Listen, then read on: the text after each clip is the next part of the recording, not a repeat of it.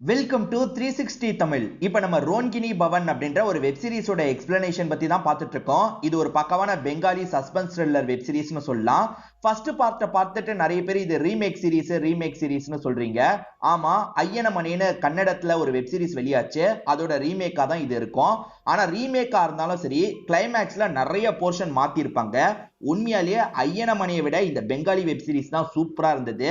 நீங்க அதுல பார்க்காத நிறைய சீனை இதுல பார்க்கலாம். அதே மாதிரி அதுல ட்விஸ்ட்டை ஈஸியா உடைச்சு விட்டுருப்பாங்க. இதுல ஈஸியாலாம் உடைச்சு விட்டுருக்க மாட்டாங்க.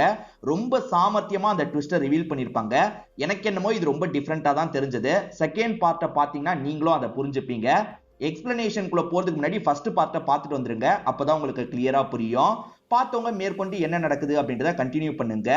எக்ஸ்பிளனேஷனுக்குள்ள போறதுக்கு முன்னாடி வீடியோக்கும் ஒரு லைக் போடுங்க. மேற்கொண்டு பேசி டைம் வேஸ்ட் பண்ணாம நம்ம நேரடியா எக்ஸ்பிளனேஷனுக்குள்ள போயிடலாம். ஹஸ்பண்டை பொறுத்த வரைக்கும் ஏற்கனவே காவியான்னு ஒரு பொண்ணை கல்யாணம் பண்ணிருக்காரு. அந்த பொண்ணு இறந்து போயிருக்காங்க. இதை பத்தி இப்பதானே நம்ம ஹீரோயினுக்கு தெரிய வருது.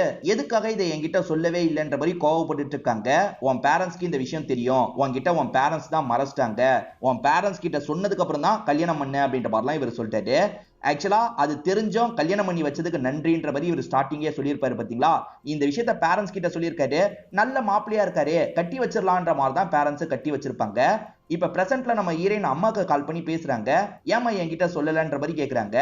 அவரு நல்ல மாப்பிள்ள மாதிரி தெரிஞ்சாரு, உன்கிட்ட சொன்னா நீ வேணான்னு சொல்லுவல்ல, அதுக்காக தான் இப்படி பண்ணிட்டோம். மாப்பிள்ள நல்லவருமா, புரிஞ்சுக்கோ அப்படின்ற மாதிரி மாப்பிள்ளைக்கு பயங்கரமா சப்போர்ட்லாம் பண்ணிட்டு இருக்காங்க. என்னதான் இருந்தாலும் என்கிட்ட நீங்க சொல்லியிருக்கணும் அப்படின்ற மாதிரி பொண்ணு இந்த இடத்துல கோவப்படுறாங்க. ஹஸ்பண்டை மன்னிக்கிறதா வேணாமா அப்படின்ற மாதிரிலாம் இவங்க யோசிச்சுட்டு இருக்காங்க. இப்ப நைட்டு நேரம் ஹஸ்பண்ட் கிட்ட பேசாம தள்ளி போய் உட்காந்துட்டு இருக்காங்க. இவருமே இவங்க கிட்ட பேசுறதுக்காக வராரு. நடந்த விஷயத்துக்காக இவங்க கிட்ட மன்னிப்புலாம் கேட்கிறாரு. இவங்களுக்கு ஒரு பேங்க் அக்கௌண்ட்டை ஓபன் பண்ணணும்னு நினைக்கிறாரு போல. அதுக்கான பேப்பர்ஸ் தான் கொண்டு வந்திருக்காரு. இல்ல ஒரு சைன் மட்டும் போடுன்ற மாதிரி கேட்கிறாரு. எனக்கு அக்கௌண்ட்லாம் வேணான்னு சொல்றாங்க. இல்ல ஒரு சேஃப்டிக்கு அக்கௌண்ட் தேவை, அதனால ஓபன் பண்ணணும், சைனை மட்டும் போடுன்ற மாதிரி கேட்கிறாரு. ஒரு ஸ்டேஜ்ல சரின்ற மாதிரி ஏத்துக்கிட்டு இவங்க சைன் எல்லாம் போட்டுறாங்க. கொஞ்ச நேரம் கழிச்சு ஆதித்யா மேல இருந்து கீழே இறங்கி வந்துட்டு இருக்கும் போது மூத்த அண்ணனான ருத்ரா மேல தெரியாம இடிச்சிடுறாரு. அந்த ருத்ரா குடிபோதையில் தான் வந்திருப்பாரு. இப்ப தம்பி என்ன பேப்பர் கொண்டு போறான்னு பாக்குறாரு. என்னடா ஒய்ஃப் பேர்ல அக்கௌண்ட் ஓபன் பண்ற போல, சரி உன்னோட முன்னாள் ஒய்ஃபுக்கான இன்சூரன்ஸ் அமௌண்ட் உனக்கு வந்ததா இல்லையான்ற மாதிரி அண்ணன் கேட்டுட்டு இருக்காரு. இன்சூரன்ஸ்க்காக அவளை சாவடிச்சிட்டியா அப்படின்ற மாதிரியும் பேசுறாரு.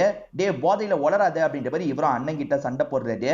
இவங்க ரெண்டு பேர் மாத்தி மாத்தி பேசிட்டு இருக்காங்கல்ல, இது எல்லாத்தையும் நம்ம ஹீரோயின் மேல இருந்து கவனிச்சிட்டு இருக்காங்க. இது இன்சூரன்ஸ் அமௌண்ட் கிடைச்சதா அப்படின்ற மாதிரிலாம் யோசிக்கிறாங்க. இன்சூரன்ஸ் அமௌண்ட்டுக்காக நம்ம ஹஸ்பண்ட் இப்படி பண்ணிருப்பாரான்ற மாதிரிலாம் யோசிக்கிறாங்க. இந்த இடத்துல ருத்ரா பிரச்சனை பண்றதுனால நடு அண்ணனான தேவா இந்த இடத்துக்கு வந்துடுறாரு. அண்ணன் இப்படி பிரச்சனை பண்ணாது அப்படின்ற மாதிரி ரூம்க்கு எல்லாம் இழுத்துட்டு போயிட்டு இருக்காரு. அப்ப தங்கச்சியும் சவுண்டு கேட்டு இந்த இடத்துக்கு வந்துடுறாங்க. என்னாச்சு ஏதாச்சுன்ற மாதிரிலாம் பேசிட்டு இருக்காங்க. நம்ம ஹீரோவோட ஃபர்ஸ்ட் ஒய்ஃப் காவியா இறந்து போனதுனால இவருக்கு இன்சூரன்ஸ் அமௌண்ட்லாம் கிடைச்சிருக்கு போல. அதை பத்தி தெரிய வந்ததுனால ஹீரோயின் கொஞ்சம் ஷாக் ஆயிடுறாங்க. இந்த அண்ணன் பேசும்போது இவங்களுக்கு தெரிய வந்திருக்கும். அதனால பயந்த ஹீரோயின் இருக்காங்க பாத்தீங்களா, இவங்க ஃப்ரெண்டான மானஸ்க்கு கால் பண்றாங்க. ஸ்டார்டிங் ஒரு இன்ஸ்பெக்டரை காமிச்சாங்கல்ல, அவருக்கு கால் பண்ணிட்டாங்க. எனக்கு பயமா இருக்குன்னு சொல்றாங்க. ஏன் என்ன ஆச்சுன்னு மானஸ் கேக்குறாரு. இவங்களுமே நடந்த விஷயத்தெல்லாம் சொல்றாங்க. இங்க அடுத்தடுத்து இறந்து போயிருக்காங்க, என் ஹஸ்பண்டோட ஃபர்ஸ்ட் ஒய்ஃப் இறந்து போயிருக்கா, எனக்கும் பயமா இருக்கு அப்படின்ற மாதிரிலாம் சொல்றாங்க. இப்ப சந்திரிகா இருக்காங்கல்ல, ஏன் இப்படி குடிச்சு குடிச்சு உடம்பை கெடுத்துக்கிறன்ற மாதிரி அண்ணன் கிட்ட பேசுறாங்க. ஓஹோ, நீலாம் எனக்கு அட்வைஸ் பண்ற நிலைமை வந்துருச்சா அப்படின்ற மாதிரி இவருமே கோவப்பட்டு சண்டெல்லாம் போட்டுட்டு இருக்காரு. அப்ப தேவா இந்த இடத்துக்கு வந்துடுறாரு. நீ எதுக்கு இவங்க கிட்ட பேசிட்டு இருக்க, நீ இங்க இருந்து கிளம்பு, அண்ணனை நான் பாத்துக்கிறேன்னு சொல்லிட்டாரு. ஒரு ஸ்டேஜ்ல தங்கச்சியும் இங்க இருந்து கிளம்பி போயிடுறாங்க. இப்ப இவரும் அண்ணனை சமாதானம் எல்லாம் படுத்திட்டு இருக்காரு. இந்த இடத்துல மானஸ் இருக்காருல, நீ நினைக்கிற மாதிரிலாம் எதுவும் இருக்காது, நீ தேவையில்லாம யோசிக்காத, உனக்கு ஒரு பிரச்சனைன்னு வச்சுக்கோ, கண்டிப்பா நான் அந்த இடத்துக்கு வந்து நிப்பேன் அப்படின்ற மாதிரிலாம் ஆறுதல் சொல்லிட்டு இருக்காரு. காலையில நேரம் ஹீரோயின் இருக்காங்கல்ல, எல்லாருக்குமே டீ எல்லாம் தந்துட்டு இருக்காங்க. ருத்ரா ரூமை விட்டு வெளியே வரலன்னு தெரிய வருது. ரூமுக்கு போய் பார்க்கலான்ற மாதிரி ரூம் கதவை தட்டுறாங்க. உள்ள பார்த்தா அவர் இல்லன்னு தெரிய வருது. ருத்ரா எங்க போனாருன்னு எல்லாருமே யோசிச்சுட்டு இருக்காங்க. அப்பதான் தங்கச்சி சவுண்ட் கொடுக்குறாங்க. என்ன ஏதுன்னு எல்லாருமே அந்த இடத்துக்கு வராங்க. பூஜை ரூம் மாதிரி ஒரு இடம் இருக்கு பாத்தீங்களா, அந்த இடத்துல அந்த ருத்ரா விழுந்து கிடக்குறாரு. என்னாச்சு ஏதாச்சுன்ற மாதிரி எல்லாருமே செக் பண்றாங்க. வேலைக்காரி வந்துடுறாங்க, இன்னும் நிறைய பேர் வந்துடுறாங்க. செக் பண்ணி பார்க்கும்போது ருத்ரா இறந்து போயிருக்கிறது உங்களுக்கு தெரிய வருது. என்ன ருத்ரா இறந்து போயிருக்காரு, நைட்டு நேரம் அவர் எதுக்கு சாமி ரூமுக்கு வந்தாருன்ற மாதிரிலாம் யோசிக்கிறாங்க. இந்த வீட்டுல அடுத்தடுத்து மரணம் நடந்துட்டு இருக்குல்ல, அதனால வீட்டை சேர்ந்த எல்லாருமே சோகமா உட்காந்துட்டு இருக்காங்க. இந்த இடத்துல தங்கச்சி இருக்காங்கல்ல, எல்லாத்துக்கும் காரணம் நான் தான், எல்லாத்துக்கும் காரணம் நான் தான்ற மாதிரி அழுதுட்டு இருக்காங்க. இது எல்லாத்துக்கும் நீ தான் காரணமா, என்னாச்சு அப்படின்ற மாதிரி தேவா கேக்குறாரு. இப்பதான் தங்கச்சியும் ஒரு விஷயத்த சொல்ல ஆரம்பிக்கிறாங்க. அண்ணன் குடிச்சு குடிச்சு உடம்பை கெடுத்துக்கிறதா தங்கச்சி நினைச்சாங்கல்ல, அதனால அங்க இருந்து கிளம்பும் போது சரக்கு பாட்டில அவங்களோட ரூம் ரூமுக்கு கொண்டு போயிருப்பாங்க. கதவை தர, எனக்கு சரக்கு தா அப்படின்ற மாதிரிலாம் அவர் கதவை தட்டிக்கிட்டே இருந்திருப்பாரு. சரக்கெல்லாம் தர முடியாது, இங்க இருந்து போன்ற மாதிரி தங்கச்சி திட்டிருப்பாங்க. இவருமே ரொம்ப ஃபீலிங்கா பேசிட்டு அங்க இருந்து கிளம்பி போயிருப்பாரு. அதனால ஒருவேளை இவர் இறந்து போயிட்டாரா அப்படின்ற மாதிரி தங்கச்சி இந்த இடத்துல ஃபீல் பண்ணிட்டு இருக்காங்க. அதெல்லாம் ஒண்ணும் கிடையாது அப்படின்ற மாதிரி அண்ணனுங்க ஆறுதல் சொல்லிட்டு இருக்காங்க. இது எல்லாத்தையும் நம்ம ஹீரோயின் அமைதியா கவனிச்சிட்டு இருக்காங்க. நம்ம ஹீரோயினுக்கு வேற ஏதோ ஒரு விஷயம் தெரியும் போல. என்ன விஷயம் தெரியும்னு தெரியல. இப்ப மானஸ் இந்த இடத்துக்கு வந்துடுறாரு. என்ன போலீஸ் எல்லாம் வந்திருக்காங்கன்ற மாதிரி எல்லாருமே யோசிக்கிறாங்க. மானஸ் இருக்கார்ல, இந்த சாவுல ஏதோ மர்மம் இருக்கிறதா நான் நினைக்கிறேன், அதனால பாடியை போஸ்ட்மார்ட்டம் பண்ணி பார்க்கணும்னு சொல்லிட்டாரு. இது போஸ்ட்மார்ட்டமா, அதெல்லாம் தேவையில்லைன்ற மாதிரி இந்த ஃபேமிலி சொல்றாங்க. இல்ல இல்ல, உங்களோட ஒய்ஃபுக்கு சந்தேகம் இருக்குன்ற மாதிரி இவருமே ஹீரோயினை பாயிண்ட் பண்ணி பேசுறாரு. இப்ப ஹீரோயின் கிட்ட எதனால சந்தேகம் சொல்லுன்ற மாதிரிலாம் கேக்குறாரு. இவங்க என்ன சொல்றாங்கன்னா, இந்த தேவா தான் ஏதோ பண்ணிருக்காரு அப்படின்ற மாதிரி சொல்றாங்க.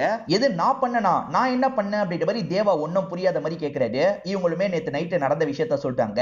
ஆக்சுவலா தேவா தங்கச்சியை போக சொல்லி அனுப்புனாரு பாத்தீங்களா, தங்கச்சி அங்க இருந்து கிளம்பி போயிடுவாங்க. அதுக்கப்புறம் இந்த தேவா இருக்காருல, அண்ணன் ஏன்னா இப்படி பண்ற, இந்த மாத்திரையை போடுன்ற மாதிரி மாத்திரையெல்லாம் எடுத்து தருவாரு. ஒரு மாத்திரை 2 மாத்திரை தானே தருவாங்க, இவர் 5-6 மாத்திரையை போட வச்சிருப்பாரு. இவர் என்ன 5-6 மாத்திரையை தராருன்ற மாதிரி ஹீரோயின் சந்தேகமா பார்த்திருப்பாங்க. மறுநாள் காலையில அவர் இறந்ததுனால இந்த தேவா தான் மாத்திரையை தந்து சாவடிச்சிருக்காருன்ற மாதிரி டவுட் வந்திருக்கும். மானஸ் கிட்டே இந்த விஷயத்த சொல்லியிருப்பாங்க. இதெல்லாம் கவனிச்சிட்டு இருக்க தேவா இருக்காருல, டாக்டரே 4-5 மாத்திரை தர சொன்னாரு, நான் அதனால தான் தந்தேன்ற மாதிரி சொல்லிட்டாரு. 4-5 மாத்திரை டாக்டர் தர சொன்னாரா, என்னதான் இருந்தாலும் எங்களுக்கு டவுட் இருக்கு, நாங்க பாடியை கொண்டு போனோம் அப்படின்ற மாதிரிலாம் மானஸ் பேசிட்டு இருக்காரு. சரி தாராளமா கொண்டு போய்க்கோங்க அப்படின்ற மாதிரி இங்க இருக்க ஃபேமிலி சொல்றாங்க. இப்ப மானஸ் இருக்காருல, பாடி எல்லாம் இங்க இருந்து கொண்டு போறாரு. அதே சமயம் டாக்டர் கிட்ட அவர் சொன்னாரான்றதை விசாரிக்கணும் அப்படின்ற மாதிரியும் யோசிக்கிறாரு. இப்ப போஸ்ட்மார்ட்டம் ரிப்போர்ட்லாம் வந்துருது. ஏதோ ஒண்ணு கலந்திருக்குன்னு தெரியுது, என்ன கலந்திருக்குன்றது உங்களுக்கு தெரியல. அதே சமயம் அந்த மாத்திரையினால இறப்பு நடக்கலன்றது கன்ஃபார்ம் ஆயிருது. டாக்டருமே 4-5 மாத்திரை போடலாம், பிரச்சனை இல்லைன்ற மாதிரி சொல்லிட்டாரு. சோ டாக்டர் சொன்னதுனால தான் தேவா மாத்திரையை தந்திருக்காரு. ஆனா வேற ஏதோ உடம்புல கலந்திருக்கு, அது என்னன்னு கண்டுபிடிக்கிறதுக்கு டைம் ஆகும், நான் கண்டுபிடிச்சதுக்கு அப்புறம் சொல்றேன்ற மாதிரி மானஸ் இங்க இருந்து கிளம்புறாரு. புதுசா வந்தவன் நம்மள போய் சந்தேகப்பட்டுட்டாலே அப்படின்ற மாதிரி தேவா செம்மையா அப்செட் ஆகுறாரு. ஏன் ஹஸ்பண்ட் கூட இவங்க மேல அப்செட்லாம் ஆயிட்டு இருக்காரு. இந்த சமயம் வீட்டுல இருக்க சாந்தியை நமக்கு காட்டுறாங்க. அவங்க நல்லா தூங்கிட்டு இருக்கும் போது வீட்டுக்குள்ள நுழைஞ்சு யாரோ வர மாதிரி இருக்கு.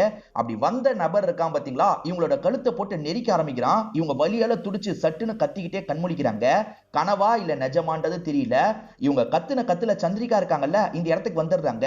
என்னமாச்சு, எதனால கத்துனீங்க அப்படின்ற மாதிரிலாம் கேக்குறாங்க. அதெல்லாம் ஒண்ணும் இல்ல, பிரம்மன் நினைக்கிறேன் அப்படின்ற மாதிரிலாம் இவங்க சொல்லிட்டு இருக்காங்க. முதல்ல தண்ணியை குடிங்கம்மா அப்படின்ற மாதிரி சந்திரிகாவும் தண்ணியெல்லாம் குடிக்க வச்சிட்டு இருக்காங்க. வீட்டுல அடுத்தடுத்து மரணம் நடந்துட்டு இருக்கு பாத்தீங்களா, அதனால ஒரு பூசாரிய வர வச்சு இவங்களுமே பேச ஆரம்பிக்கிறாங்க. அந்த பூசாரி சில விஷயங்களை சொல்றாரு. அது என்னன்னா, சாமியை வந்து அவமதிச்சாங்கன்னு வச்சுக்கோங்களேன், சாமி கோவப்பட்டு கொல்லுவாங்க. நந்தா ஃபேமிலின்னு ஒரு ஃபேமிலி இருந்தாங்க, அந்த ஃபேமிலியில மொத்தமா 6 பேர் அடுத்தடுத்து இறந்து போனாங்க. இப்ப நடக்கிற மாதிரியே தான் அப்பயும் நடந்தது. அந்த நந்தா சாமியை அவமதிச்சாரு, அதனால தான் 6 பேர் இறந்து போனாங்க.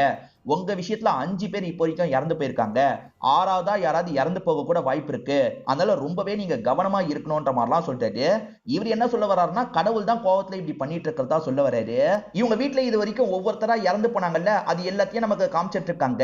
இதுக்கப்புறம் யாரு சாக போறாங்கன்னு இவங்களுக்கு தெரியல. இவங்க எல்லாருமே கொஞ்சம் பயத்தோட இருக்கிற மாதிரிலாம் நமக்கு காமிக்கிறாங்க.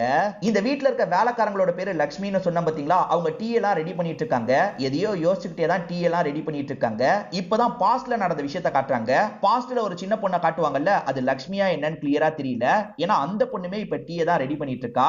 இவ ரெடி பண்ண டீயை வெளியே இருக்க எல்லார்கிட்டயும் தரா. அம்மா அப்பா தம்பி கிட்ட எல்லாம் தந்துட்டு இருக்கா. இப்ப எல்லாருமே குடிச்சிருவாங்க.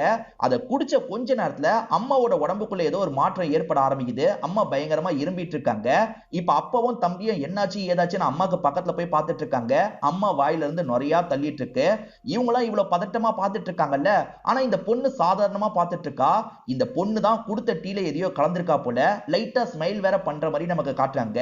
பிரசன்ட்ல மானஸ் இருக்காரு பாத்தீங்களா, ஹீரோயினுக்கு கால் பண்ணி பேசிட்டு இருக்காரு. போஸ்ட்மார்ட்டம் ரிப்போர்ட் இப்ப முழுசா தெரிஞ்சிருச்சு போல. ஏதோ ஒரு விஷத்தை தான் கலந்து தந்திருக்காங்க. அந்த விஷம் வந்து பொடி மாதிரி இருக்கிற விஷம் அப்படின்ற மாதிரிலாம் இவர் சொல்லிட்டாரு.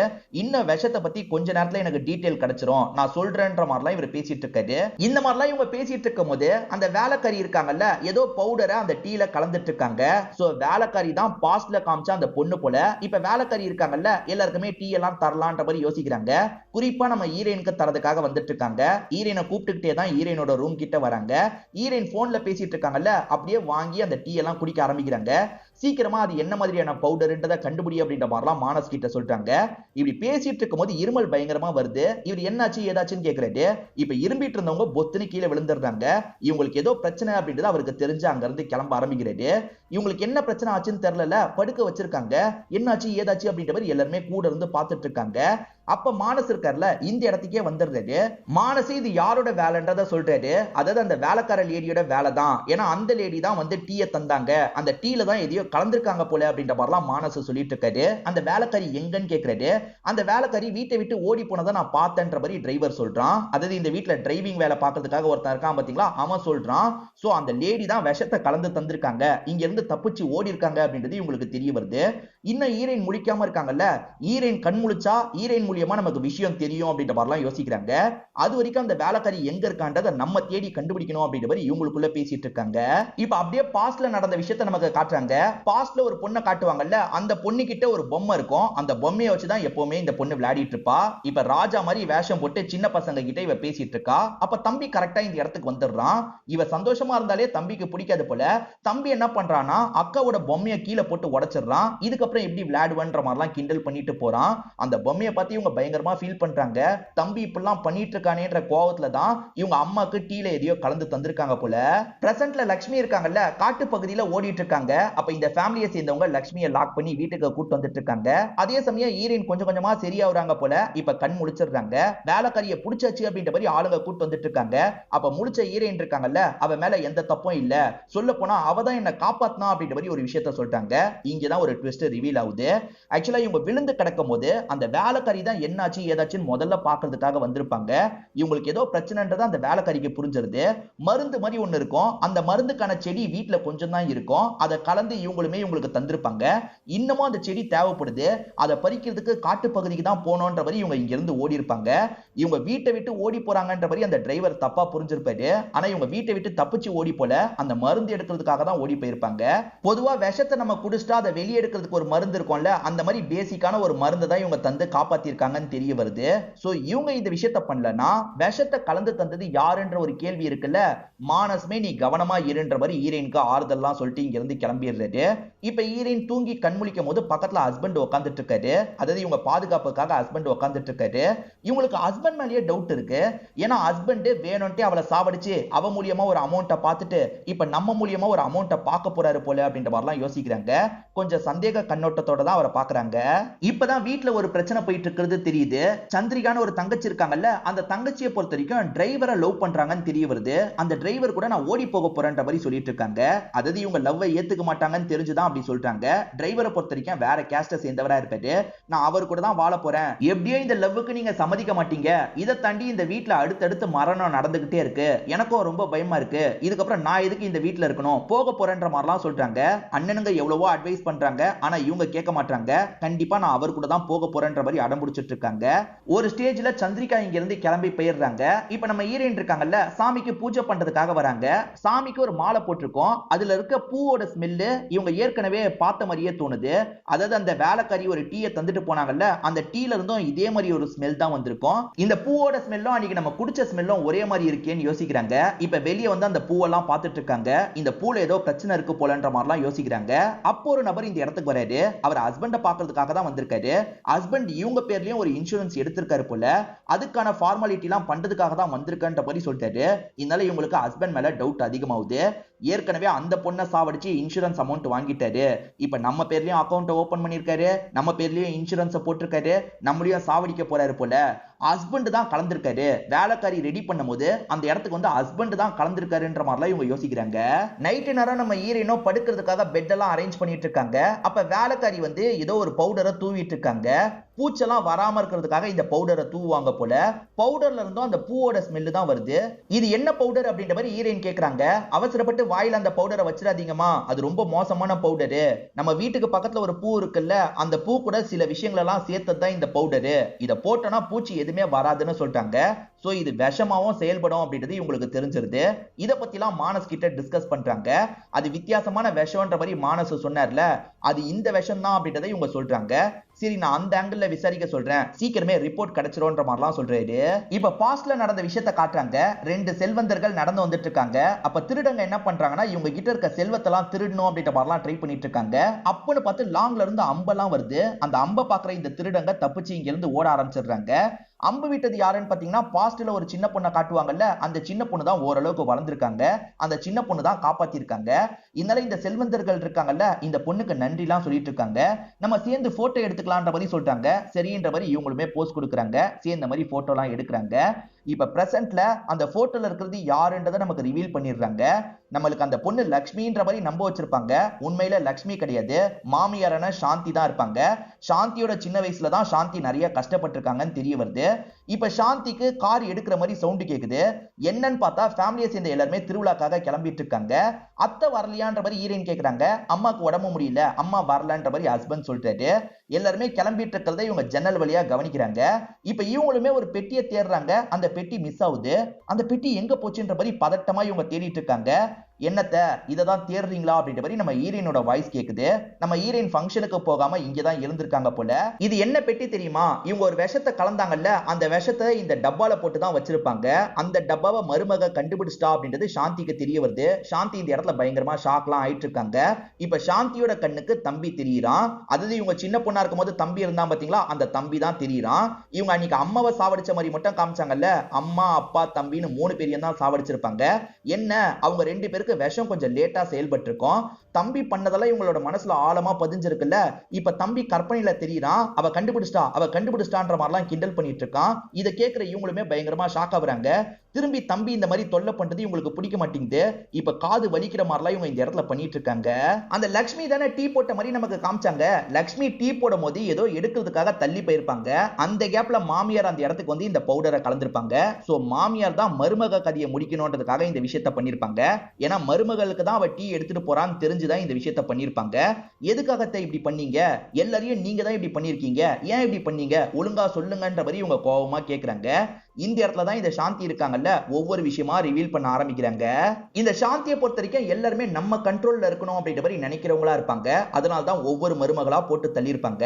பையனை எதுக்காக கொன்னாங்கன்றது இப்பதான் தெரியுது. ருத்ரா இருக்காரு பாத்தீங்களா, ஒய்ஃபோட சாரியை எடுத்து பாப்பாரு. அந்த சாரியில ஒரு விஷயம் கிடைக்குது. அது மூலியமா இவருக்கு அம்மா மேல டவுட் வருது. அப்ப அம்மா தான் நம்ம ஒய்ஃபை ஏதோ பண்ணிருக்காங்க போல அப்படின்ற மாதிரிலாம் இவர் யோசிக்க ஆரம்பிக்கிறாரு. பையன் கண்டுபிடிச்சிட்டான்றது அம்மாக்கு தெரிஞ்சிருது. அச்சச்சோ கண்டுபிடிச்சிட்டானே அப்படின்ற மாதிரி அம்மா சமாளிக்கிற மாதிரி பேசிட்டு இருக்காங்க. நம்ம எதுனாலும் காலையில பேசிக்கலாம், இப்ப நீ பாலை குடிச்சிட்டு படுன்ற மாதிரி பையனை பாலெல்லாம் குடிக்க வைக்கிறாங்க. அந்த பாலில் அந்த பவுடரை கலந்து எடுத்துட்டு வந்திருப்பாங்க. அதனால அந்த பையன் கொஞ்சம் கொஞ்சமா அந்த இடத்துல இறந்து போயிட்டு இருக்கான். அப்படி இறந்து போயிட்டு இருக்கும் போதே பையனை கை தாங்களா இவங்களுமே அந்த சாமி ரூமுக்கு கொண்டு வந்திருப்பாங்க. ஏன்னா சாமி தான் கோவத்துல கொன்னுட்டாங்கன்னு நம்ம கொண்டு வரணும்ன்றதுக்காக பிளான் பண்ணி தான் இந்த விஷயத்தை இவங்க பண்ணிருப்பாங்க. மருமகளை எதுக்காக கொன்னாங்கன்றது இப்பதான் தெரிய வருது. மருமக இந்த வீட்டுக்கு வந்தோன்னா கண்ட்ரோல்ல இவங்க கையை விட்டு போக ஆரம்பிச்சிருக்கோம். இதனால செம்மையா டென்ஷனா இருப்பாங்க. ருத்ராவோட ஒய்ஃப் இருக்காங்கல்ல, அந்த சாமி சிலையை தூக்கி எல்லாம் போட்டாங்கல்ல, இதை வச்சே ஒவ்வொருத்தரா காலி பண்ணலாம் அப்படின்ற மாதிரி இவங்க முடிவெடுத்திருப்பாங்க. ஏன்னா இத்தனை வருஷம் தெரியாத தம்பி இருக்கான்ல, அந்த மருமக தொல்லை பண்ணும் போது திரும்பி தெரிய ஆரம்பிச்சிருப்பான். அதனால தான் அந்த மருமக கதையை முடிக்கணும்னு நினைச்சிருப்பாங்க. ருத்ராக்கு அஃபேர் இருக்கிறதா அந்த ஒய்ஃப் நினைச்சாங்கல்ல, அதை பத்தி தெரிஞ்சுக்க கிணத்துக்கிட்ட வான்ற மாதிரி அவங்களுக்கு யாரோ பேப்பரை தூக்கி போட்டிருக்காங்க. சரி கிணத்துக்கிட்ட போலான்னு அவங்களும் வந்திருப்பாங்க. அங்க மாமியார் தான் இருக்காங்க. அத்தை நீங்க தான் வர சொன்னீங்களான்ற மாதிரி கேட்டுட்டு இருக்காங்க. நான் தான் வர சொன்னேன், ஆனா பேசுறதுக்காக வர சொல்ல, உன் கதையை முடிக்கிறதுக்காக தான் வர சொன்னேன் அப்படின்ற மாதிரி சட்டுன்னு பிடிச்சி கிணத்துக்குள்ள தள்ளி விட்டுறாங்க. அவங்களுக்கு நீச்சல் தெரியாதுன்னு தெரிஞ்சுதான் தள்ளி விட்டுருப்பாங்க. அப்படிதான் இந்த மூத்த மருமக இறந்து போயிருக்காங்க. ஈரன் வீட்டுக்குள்ள காலை எடுத்து வைக்கும் போது ஹஸ்பண்ட் இறந்து போனாரு பாத்தீங்களா, அதுக்கும் இவங்க தான் காரணமா இருப்பாங்க. ஏன்றது போக போக உங்களுக்கே புரியும். இதெல்லாம் இந்த மாமியார் சொல்லிட்டு இருக்கும் போதே திரும்பி அந்த தம்பி கண்ணுக்கு தெரியறான். இவங்களை கிண்டல் பண்ற மாதிரிலாம் பேசிட்டு இருக்கான். கிண்டல் பண்ணாத அப்படின்ற மாதிரிலாம் இவங்க சொல்லிட்டு இருக்காங்க. என்ன இவங்க தனியா பேசுறாங்கன்னு ஈரன் யோசிக்கிறாங்க. இப்ப மேற்கொண்டு நடந்த விஷயம் நமக்கு தெரிய வருது. தேவாவோட ஒய்ஃப் பூஜா இவங்களை பலார்னு கண்ணத்திலேயே அரைஞ்சாங்கல்ல, ஏன்றது இப்பதான் தெரிய வருது. ஆக்சுவலா பூஜாக்கு மனநல பாதிப்புலாம் ஏற்பட்டிருக்காது. பூஜா இந்த மாமியார் பண்ற ஒரு விஷயத்தை கண்டுபிடிச்சிருப்பாங்க. பூஜாக்கு பிரெக்னன்சி ஆகாம இருந்ததுக்கு இந்த மாமியார் தான் காரணமா இருப்பாங்க. அந்த பவுடரை கொஞ்சோண்டு கலந்திருப்பாங்க. அதனால தான் கரு கலைஞ்சிருக்கும், கரு ஃபார்ம் ஆயிருக்காது. சோ மாமியார் தான் இதை பண்றாங்கன்னு தெரிஞ்சுதான் பலார்னு கண்ணத்துல அரைஞ்சிருப்பாங்க. ஏன்னா வந்து இவங்களுக்கு ஒரு குழந்தை கிடைச்சிருச்சுன்னா ஃபேமிலியில இவங்க முக்கியமான ஆளா மாறிடுவாங்க, நமக்கு பவர் குறைஞ்சிரும்ன்ற மாதிரி யோசிச்சிருப்பாங்க. அதனால தான் இந்த மாதிரிலாம் இவங்க பண்ணிருப்பாங்க. இப்ப மருமக கண்டுபிடிச்சிட்டான்னு தெரிஞ்சோன்னா பயம் வந்துருது. அன்னைக்கு நைட்டு மருமக பூஜை ரூம்ல வேண்டறதுக்காக படுத்திருப்பாங்க. அந்த இடத்துக்கு வந்த மாமியார் இருக்காங்க பாத்தீங்களா, அந்த இடத்துல கிருஷ்ணாயில் எல்லாம் ஊத்துவாங்க. ஐயோ கிருஷ்ணாயில் ஊத்துறாங்களேன்ற மாதிரி பூஜா சுதாரிச்சு தப்பிக்கிறதுக்கு ட்ரை பண்ணுவாங்க. அதுக்குள்ள இவங்க கொளுத்தி விட்டுருவாங்க. இவங்க பண்ணிட்டு கடவுள் மேல பழிய போட்டுருவாங்க. இப்ப ஹீரோயினும் காவியாவை எதுக்காக கொன்னீங்கன்ற மாதிரி கேக்குறாங்க. அதான் கேக்குறல்ல, சொல்லு சொல்லுன்ற மாதிரி தம்பி சொல்லிட்டு இருக்கான். இப்ப இவங்களுமே நடந்த விஷயத்தெல்லாம் சொல்ல ஆரம்பிக்கிறாங்க.